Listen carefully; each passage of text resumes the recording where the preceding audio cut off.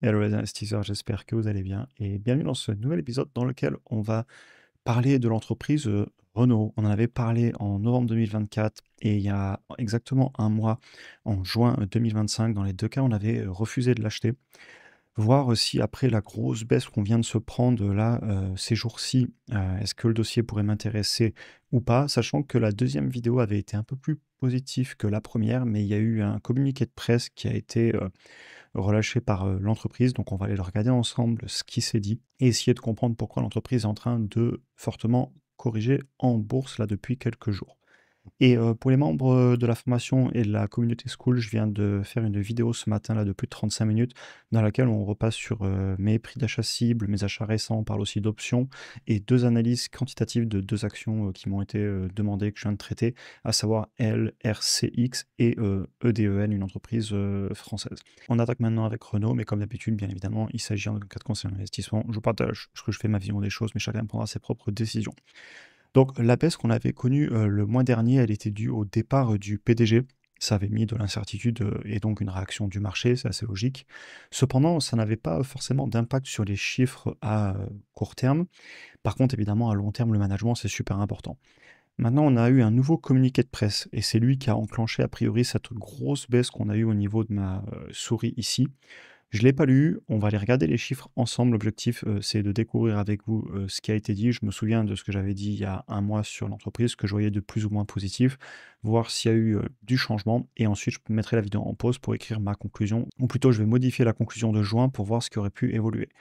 Donc, comme d'habitude, je suis pas trop à lire les articles de journaux ni rien, je préfère aller chercher, l'information à la source, j'imagine que vous faites pareil et voilà donc le document qui a été relâché a priori le 15 juillet, ce qui a l'air de correspondre à la grosse bougie de baisse. Donc le document, on va aller l'ouvrir ensemble directement, le PDF qui s'est téléchargé et on va aller regarder ce qui s'est dit si internet veut bien avancer. Ouais, c'est bon. Donc de suite, premier semestre, oula, free cash flow 47 millions, qu'est-ce qui s'est passé? Je me rappelle, on avait des milliards, il y a un mois quand on faisait la vidéo sur le premier trimestre. Bon, ça démarre mal. 47 millions sur le premier semestre, moins 900 millions. Ah oui, ça doit être lié à Nissan, à mon avis. Ok, bon, on sait que Nissan, ça va très mal, ils sont en train de lâcher l'affaire. Ok. Ensuite, on va continuer. Le chiffre d'affaires, ouais, légère augmentation, je pense qu'il parle sur un an. Dans tous les cas, on sait que c'est une boîte qui a très peu de croissance. Ensuite, qu'est-ce qui a été dit? Bon, là, il nous parle un petit peu des volumes, etc. Prévision pour 2025, ça nous intéresse. Marge opérationnelle en baisse. Ok, bon, pas top. Sachant qu'on est même pas sur de la marge nette ou marge sur flux de trésor, on ira les regarder après. Free cash flow prévu pour l'année entre 1,5 et 1. Ah ouais, non, c'est chaud. Là, je me rappelle les chiffres, ils étaient beaucoup plus élevés. J'étais même positif sur le free cash flow. J'avais été aussi positif sur le fait que l'entreprise pouvait payer son dividende, qu'elle avait osé le couper au bon moment, que la direction avait pris des bonnes décisions. Et là, free cash flow qu'ils annoncent à la baisse. Bon, on commence à comprendre pourquoi l'entreprise a pris cher en bourse, hélas. Et pourtant, c'était, je me rappelle, ma conclusion de la vidéo d'avant, justement, tout le discours, c'était autour du fait que j'espérais que les flux de trésorerie disponibles allaient repartir à la hausse parce que c'est une entreprise qui est très, très, très endettée et qui paye un dividende qu'il a repris. J'espère qu'ils peuvent encore le payer. Ça, je me souviens plus de combien ils payaient en millions ou en milliards. On continue. Oula, attendez. Strengthening its short-term cost reduction plan. Ah non, ça, c'est pas cool du tout. Parce que la conclusion, c'était qu'il fallait qu'ils investissent massivement, parce qu'on est en train d'avoir des gros changements dans le secteur de l'automobile, et il faut surtout pas qu'ils ratent les tournants technologiques. Ils coupent quoi? Bon, SG&A, ok, pas de problème. Et encore le marketing, faut quand même aller faire des ventes. Oh non, manufacturing et recherche et développement. Bon, on va passer aux chiffres sur l'entreprise. Je ne veux même pas lire le reste, mais en fait, je comprends, là, je vois que des points qui vont à l'inverse de ma conclusion de la dernière fois, qui était qu'ils prenaient des bonnes décisions, qu'ils avaient l'air de remonter les flux de trésor, et qu'il fallait surtout qu'ils n'arrêtent pas d'investir en R&D et dans les usines de demain, parce que la concurrence est en train de le faire. Bon, on va passer rapidement sur les chiffres. Je les connais, je m'en souviens à peu près d'il y a un mois. J'aime pas du tout faire ces vidéos. Bon, je l'ai fait parce que bah, c'est important d'en parler. Je reçois des messages. C'est une entreprise française, elle fait beaucoup parler. Mais j'aime pas faire ces vidéos dans le sens que c'est frustrant de voir une entreprise qui est en train de souffrir. Derrière, il y a beaucoup d'emplois. En plus, c'est beaucoup, ils ont une énorme part de leur marché en Europe et en France. Donc, c'est un groupe très connu. Enfin bref, on va continuer. Alors, j'ai strictement rien ouvert. On va regarder ensemble. Je ne me souviens pas de tous les chiffres. Je vous le fais vraiment en direct pour voir ma réaction. Cette entreprise, sur 10 ans en composé, allez, 2024-2025 par rapport à 2014-2015, croissance du chiffre d'affaires, on est à moins de 3% par an. On a très peu de croissance sur ce business, on le sait. Les marges, elles sont faibles. On est sur de l'industrie, en plus de l'automobile, marge sur flux de trésor et marge nette. Je vais vous les mettre ici, mais globalement, passer les 10%, ça n'arrive... ce n'est jamais arrivé en 10 ans. Et très souvent, on est plus proche des 0 que des 5 et des 10, surtout sur la marge nette. On le sait. Mais après, ça je l'avais déjà dit dans votre vidéo, on est sur des business qui brassent beaucoup de chiffre d'affaires. Les voitures, ça coûte cher et on en vend beaucoup des voitures. Donc, des fois, même si on a peu de croissance et peu de marge, on peut quand même s'en sortir en payant des dividendes, en essayant de faire du retour sur investissement autrement, en rachetant des actions, parce qu'on peut avoir beaucoup de flux de trésor. On va aller les voir ensemble. Cash flow. Ok, les flux de trésor, on venait de faire en 12 mois glissants. Voilà pourquoi j'étais positif la dernière fois. Le flux de trésor était en train d'augmenter, regardez. Et on était sur une boîte qui avait osé couper son dividende quand ça allait mal, ce qui est respectable parce qu'il y a beaucoup de boîtes qui ne le font pas, et qui avait les flux de trésor qui étaient en train de remonter. Bon, par contre, quand même, le graphique, là, sur 10 ans, avec les dividendes réinvestis, on a perdu de l'argent. Sur 10 ans, on a fait moins 25% malgré les dividendes. Bref, je- je pense que vous ressentez la tension quand je fais ces vidéos parce que j'ai envie qu'ils s'en sortent. Il y a des emplois derrière, il y a plein de choses, mais c'est tellement dur l'automobile en ce moment. Il y a tellement de disruptions qui sont en train d'avoir lieu en Asie et aux États-Unis que je comprends que ce soit dur. Et c'est pas les pires, hein. Je sais que Stellantis ou d'autres groupes européens, ça va encore pire que Renault. En tout cas, c'est ma vision des choses que je vous partage ici. Bref, les flux de trésor disponibles sur 12 mois glissants, là, on était à 4 milliards et on vient de nous annoncer dans le document que j'ai lu en même temps que vous, que je découvre qu'on fera 1 milliard, 1 milliard 5. Donc les flux de trésor vont être divisés par plus de 2 pour l'année et c'est les prévisions. Donc ça pourrait être pire, ça pourrait être mieux, mais ça pourrait être pire. J'espère qu'ils pourront toujours payer le dividende parce qu'ils l'avaient annoncé, donc s'ils le coupent, ça va faire très mal à l'action. 500 millions contre 1 milliard prévu, en théorie, pourront toujours payer le dividende. Mon problème, c'est les investissements et les capex, voilà. Et je comprends, ça y est, je vous fais le plus en direct possible, je commence à comprendre pourquoi ils sont en train de couper les investissements, et ils nous le disent ici, parce qu'en fait, ils peuvent pas les payer. Ouh, c'est 3 milliards en 12 mois glissants de capex, et là, ils nous annoncent 1 milliard, 1 milliard 5 de flux de trésor. La question, c'est est-ce qu'ils vont les faire avec ou sans ces capex? Et on a un peu la réponse parce que ils nous donnent, je vous fais la réflexion en direct, mais là, on est en train de nous dire on fera peut-être 1 milliard, 1 milliard 5 de free cash flow. Les marges opérationnelles baissent, le cash issu des opérations va baisser clairement. Enfin, je pense, hein, je lis à travers ce qu'ils écrivent, j'essaie de deviner ce qu'ils essaient de nous dire. Et ce flux de trésor, c'est en coupant dans les dépenses, donc en coupant dans les capex. Ne pas oublier, les flux de trésor, c'est les flux de trésorerie disponibles, donc le free cash flow, c'est les flux de trésor opérationnels auxquels on retranche les capex. C'est pour ça que je regarde à chaque fois les capex, c'est machines, investissements, usines, ce qui permet en fait de développer le business, ce qui fait que le business se maintient et en plus a de la croissance en achetant des nouvelles usines, des nouvelles machines. Donc je pense que les capex vont baisser pour essayer de maintenir les flux de trésor, pour essayer de maintenir la barque. Voilà, entreprise extrêmement endettée, on l'avait déjà regardé, on avait fait la vidéo en octobre-novembre où justement on regardait qu'il leur fallait, avec les flux de trésor actuels, des décennies pour la rembourser. Qui plus est que je crois aussi que RCI, je crois que c'est la... faudrait aller vérifier, mais je crois que c'est RCI, la banque Renault, où sont tous les prêts destinés à ces voitures. Et ça, c'est un truc dont je parle jamais. Enfin, pas souvent. Faut pas oublier que ces entreprises, elles ont beaucoup de dettes. Alors là, pour le Renault, du coup, c'est séparé normalement. Mais en fait, il y a beaucoup de locations de voitures et après, on récupère les voitures et on va les vendre sur le marché secondaire. Le gros problème, c'est que c'est très dur de vendre des voitures sur le marché secondaire, surtout quand on s'est pris des énormes décotes et que les clients, ils vous les rendent. Alors oui, vous refacturez si ils ont rayé à gauche, à droite, etc. Mais en fait, le parc dormant sur ces voitures, personne n'en parle. Enfin, personne n'en parle. Si, j'ai déjà vu d'autres trucs passer à gauche, à droite.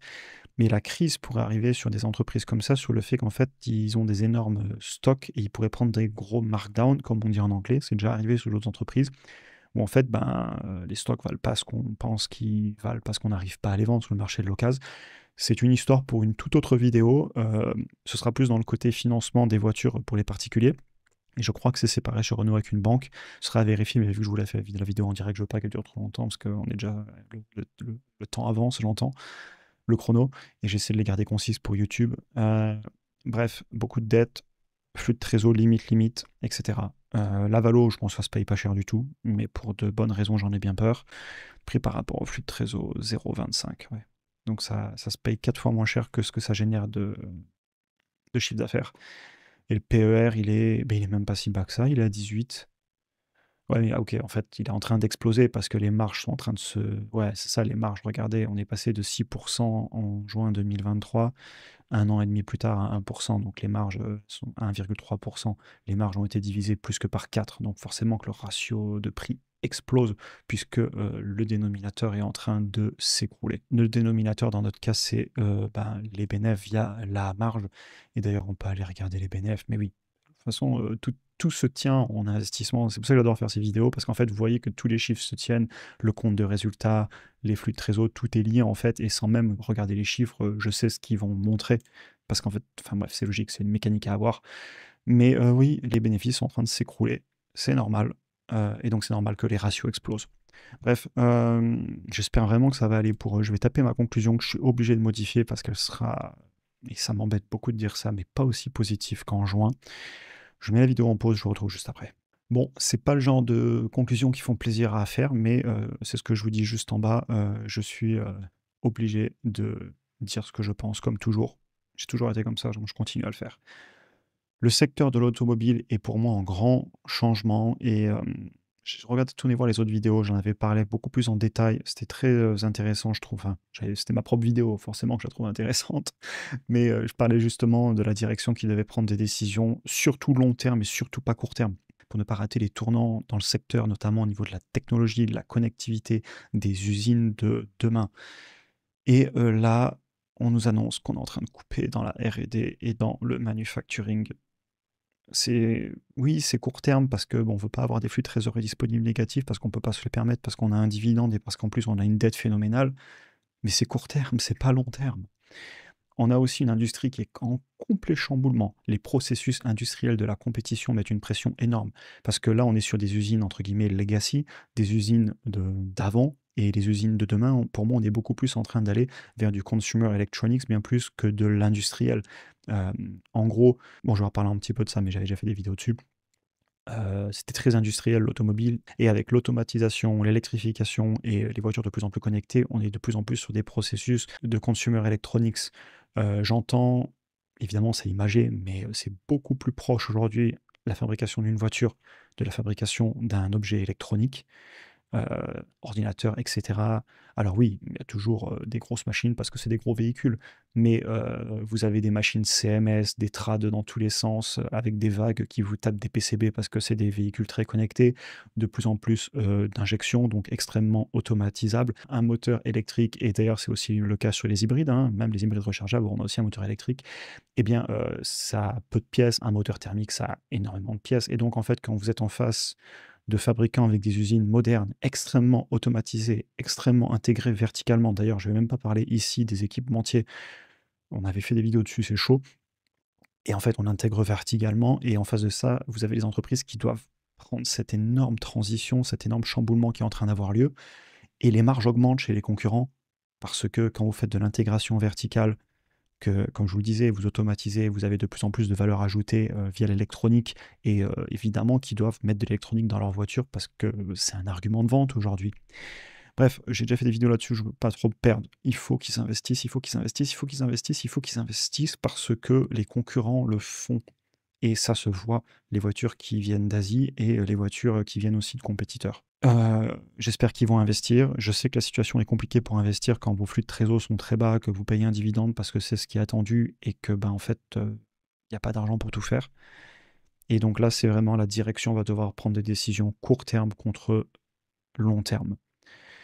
Je pense aussi qu'on va de plus en plus penser à un véhicule comme une dépense en kilomètres. Je sais que c'est dur à dire même pour moi parce que je fais partie de cette génération qui voulait le permis de conduire, mais si vous regardez les statistiques, allez les regarder, elles sont intéressantes sur, les passages des permis de conduire et le fait que c'est moins le saint graal qu'avant et j'essaie de parler aux nouvelles générations, de m'y confronter le plus possible et oui, le sentiment que j'ai, que c'est moins le saint graal qu'avant que d'avoir un véhicule et honnêtement, je pense qu'on va de plus en plus passer d'un monde où on achetait un véhicule cash, à un monde où on pense beaucoup plus le véhicule comme une mensualité et d'ailleurs, c'est le cas aujourd'hui, hein, vous voyez les publicités, on ne parle plus du prix comptant du véhicule et je pense qu'on va aller de plus en plus vers le transport où on va parler de praticité et de prix par distance.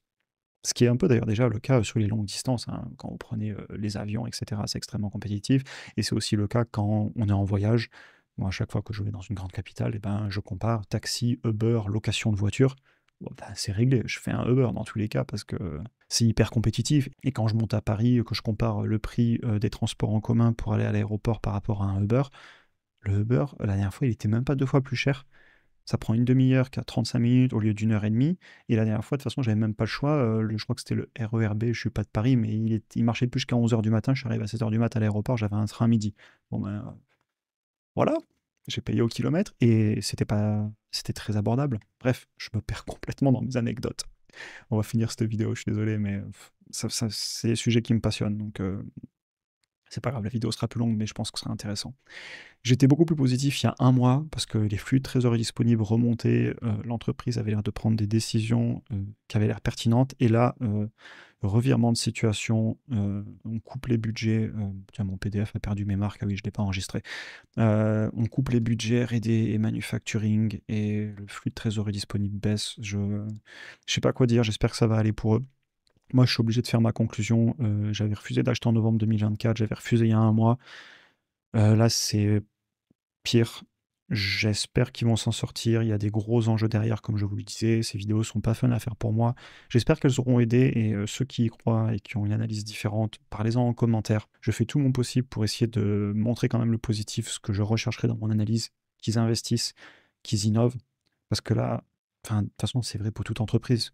On s'en sort par l'innovation et par l'investissement généralement et pas par l'abandon et les décisions court terme. Et je pense que dans ce secteur, c'est pas les moins bien placés. Bien au contraire, je pense qu'ils ont des choses à jouer par rapport à des concurrents qui vont bien plus mal de ce que j'ai vu. J'espère vraiment qu'ils vont s'en sortir. Je peux pas me permettre d'ajouter cette action à mon portefeuille, car je vois trop de risques fondamentaux, mais j'espère vraiment que ça va aller pour eux. J'espère que la vidéo vous aura intéressé, soyez gentils dans les commentaires, mais je fais ce que je peux, je suis obligé de dire ce que je pense, je le dis toujours.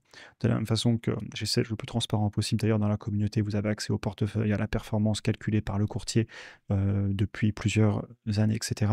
Et sur YouTube, je continue à vous partager toutes mes analyses, etc., ce que je fais au quotidien. Et je continuerai à faire comme ça parce que je pense que c'est important de dire ce qu'on pense. Et c'est aussi pour ça que j'aime beaucoup faire ces vidéos, montrer ma démarche, etc., que j'ai raison, que j'ai tort. Au moins, j'explique pourquoi. Et j'espère vraiment que ces vidéos vous intéressent. Je prends beaucoup de plaisir à les faire. Je pense que vous avez vu le changement depuis quelques mois sur le style de vidéo. Tout simplement parce que je me prends moins la tête et j'aime bien vraiment être de plus en plus bruse de décoffrage. Ce qui est le cas aussi dans la communauté. Et d'ailleurs, merci pour ceux qui nous ont rejoints et la dynamique qu'on a en ce moment. Enfin, ça me fait en tout cas plaisir. J'aime vraiment beaucoup comment on travaille. Je sais pas pourquoi je vous parle de ça, mais je vous souhaite une excellente journée du coup et à très bientôt pour un prochain épisode. On va en rester là pour aujourd'hui. La vidéo aura été assez longue. Allez, à salut, à plus.